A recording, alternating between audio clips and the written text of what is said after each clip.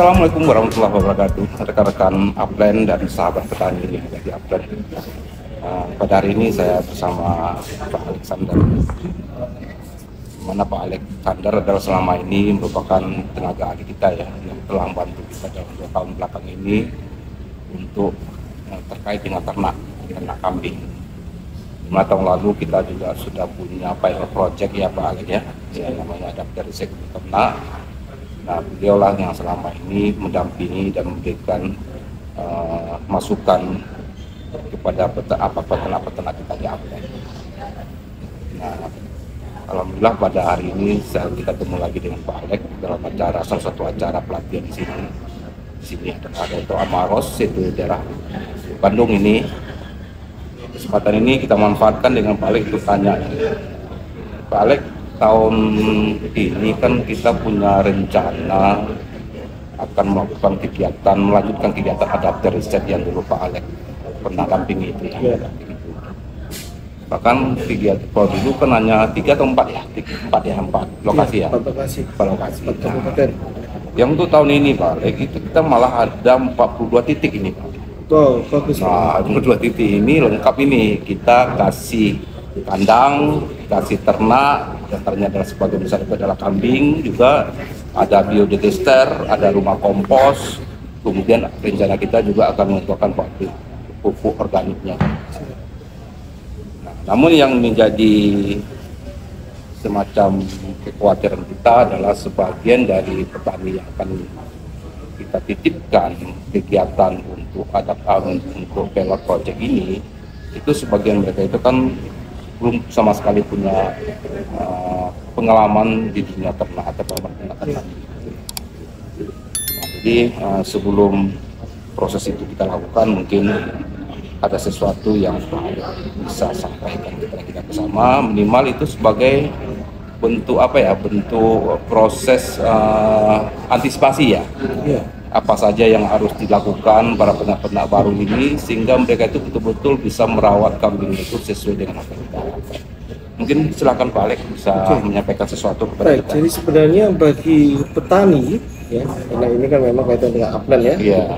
Bagi petani yang memang punya prinsip integrated farming, dari ternak dikasih makan, keluar kotoran hewannya dibuat pupuk ya kan, untuk pupuk pertaniannya lagi, nanti limbahnya dibuat ternak kambingnya, hasilnya dipakai untuk dijual dan sebagainya. Itu sebenarnya berita bagus ya, sebenarnya berita bagus, tapi akan lebih bijaksana bila berita bagus dan baik ini yang didukung oleh program Upland ini juga disikapi dengan baik dan benar ya. Disikapi dengan baik dan benar dalam arti apa?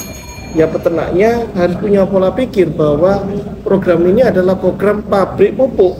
Oh, gitu. Ya, program pabrik pupuk. Jadi peternaknya harus melihat bahwa petaninya harus melihat bahwa ternak-ternak yang diberikan ini adalah mesin produksi. Maka bagaimana caranya mesin produksi ini dirawat dengan baik, diberi bahan baku dalam arti hijauan ya, hijauan pakan dan sebagainya. Jangan malah diirit, karena semakin pakannya banyak yang masuk, semakin banyak pupuknya ya, maka semakin bagus produksinya, entah dipakai sendiri ataupun dijual keluar gitu kan ya. Ya, ilustrasinya kalau kita ngasih pakan 10 ton, maka 20% sudah berapa ratus kilo kan ya yang bisa kita panen. Jadi tinggal kita mau berapa, dan nanti dari bantuan yang ada itu pun juga kita kelihatan kan, kalau kita kasih makan misalnya 100 ekor per titik, kalau kita kasih makan 4 kiloan kan sudah 400 ya. Iya. Nah, sudah 40 kilo lah misalnya 420%-nya sudah 80 kiloan kan per hari Bapak. Oh, per hari ya. Per hari dah. Nah, tinggal kita tabung, kita mau buat apa ini? Paling tidak perlu buat beli pupuk kimia. Ya. Nah, pola pikir itu yang harus dirubah, bahwa ini adalah pabrik pupuk yang diserah terimakan. Tapi di dalam pabrik pupuk ini kan juga ibarat mesin kan juga harus dipelihara dengan baik. Ya. Kalau mau dibuat skala industrinya, ya harus ada kelembagaannya yang diciptakan dengan baik secara korporasi. Korporasi bisa lewat closed loop atau bisa juga lewat kelompok dan sebagainya. Intinya mereka harus berkelompok agar perkembangan ini bukan individu tapi membesar secara korporasi. Jadi klaster, membentuk klaster kan ya.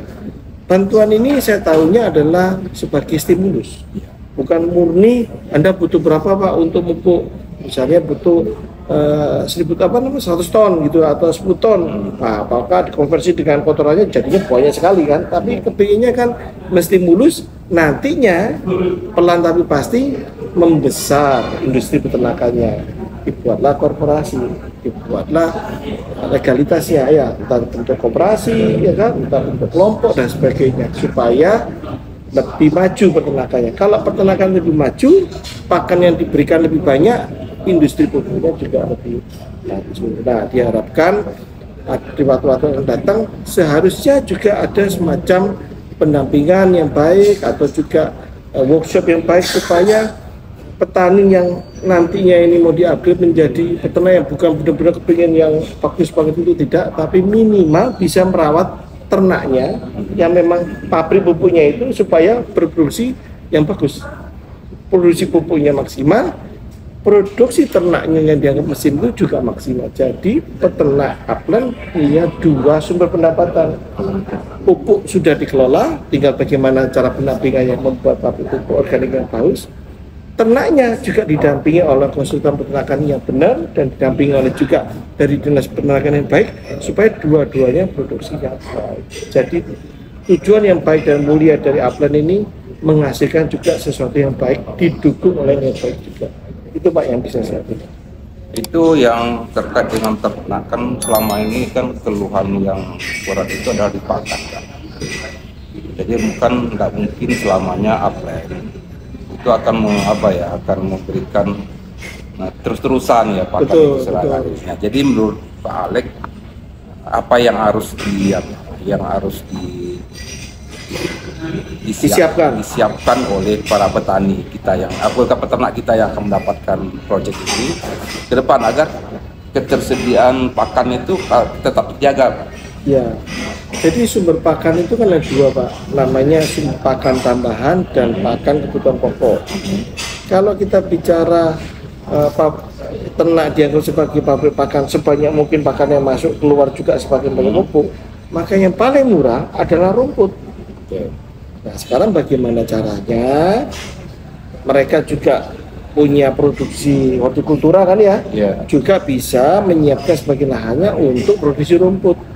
Ya, kalau pakan yang diberikan oleh Upland setahu saya cuma sebagai pakan tambahan, cuma berapa ratus gram saja, plus bibit-bibit sumber pakan ternak yang berprotein. Contoh misalnya ada gamal kan ya, ada kaliandra, ada indukofera sebagainya, itu cuma stimulus saja. Tapi yang paling utama adalah petani. Saya bilang petani karena memang awalnya kan mereka petani. Petani ini paling tidak selain bertani dan bercocok tanam untuk kebutuhan mereka produksinya yang sebelumnya hortikultura atau jagung atau apa segala, juga menyiapkan lahan untuk bercocok tanam rumput.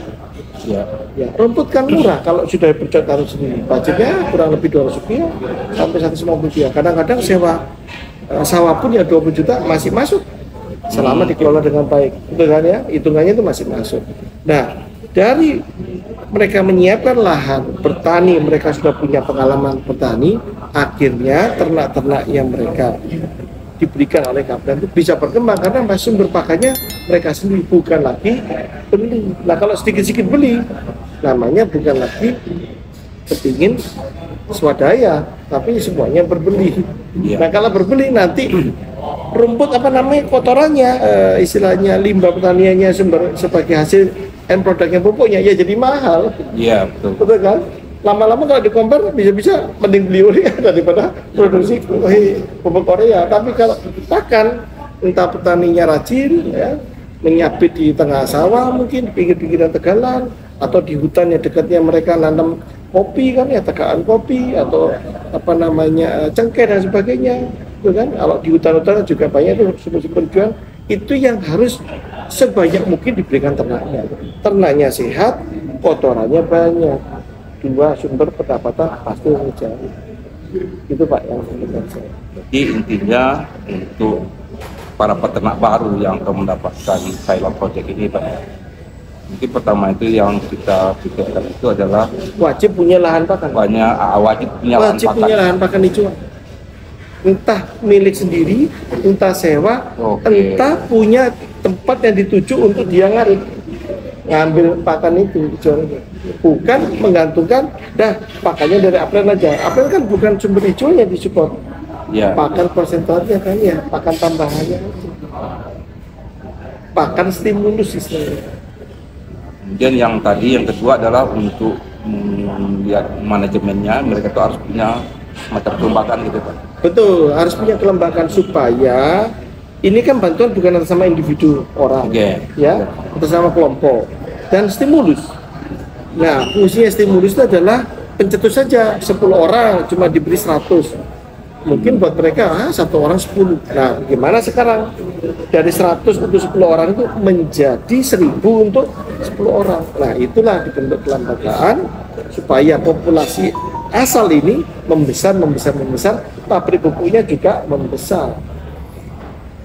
Ini yang terakhir yang untuk pendampingan Pak ya? Pendampingan. Nah, jadi menurut Pak pengalaman Pak Alex, itu berapa lama pendampingan yang harus dilakukan ketika mereka udah mulai start untuk peternak itu Pak? Oke, kalau kita bicara namanya aja orang awamnya dari petani disuruh peternak gitu kan, diserahin alat untuk produksi pupuk. Paling tidak pada waktu ternak datang atau sebelum datang didampingi bagaimana cara berternak yang simpel aja, yang penting ternak sehat.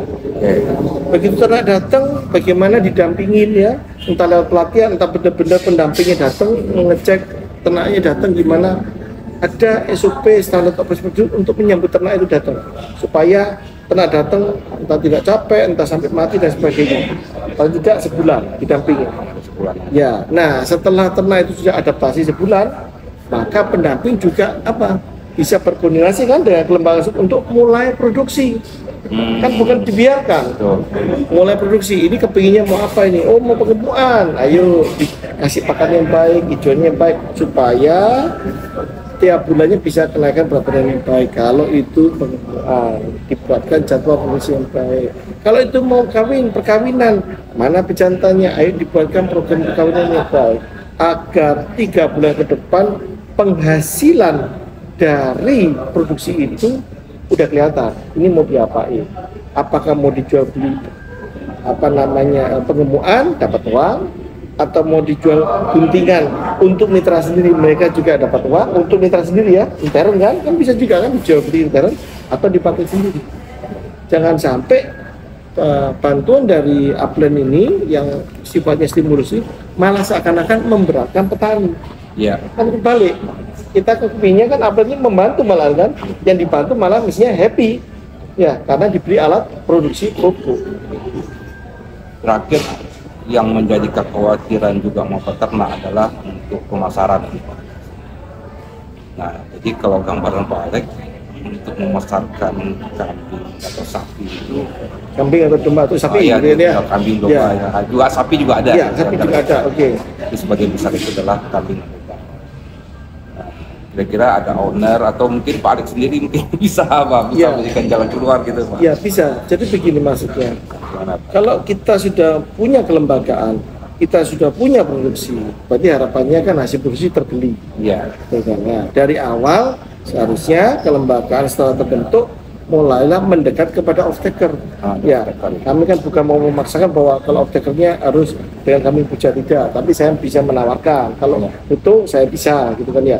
Tapi carilah off-taker yang menurut kalian bonafit, berkenan, harganya cocok, supaya apa yang diproduksi sudah tahu nih 3 bulan lagi saya produksi pengemukan, jelas siapa yang mau beli.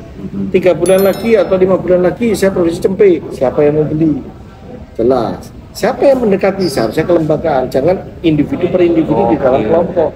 Lembaganya yang berkaitan dengan off-taker, kerjasama, kontrak dan sebagainya. Sudah, setelah itu kewajiban dari off-taker membina lewat kelembagaan ini mitra-mitranya. Kita sudah dapat gambaran ya, secara utuh tentang apa yang harus dilakukan minimal ya.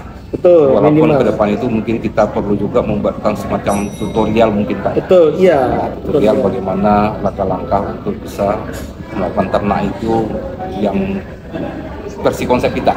Betul. Karena mungkin semua mungkin tutorial untuk peternak sudah banyak, tapi untuk Upland itu mungkin ada tersendiri yang spesifik dengan segala kelebihan dan kelemahan dan kelebihan dari seorang petani atlet gitu kan ya.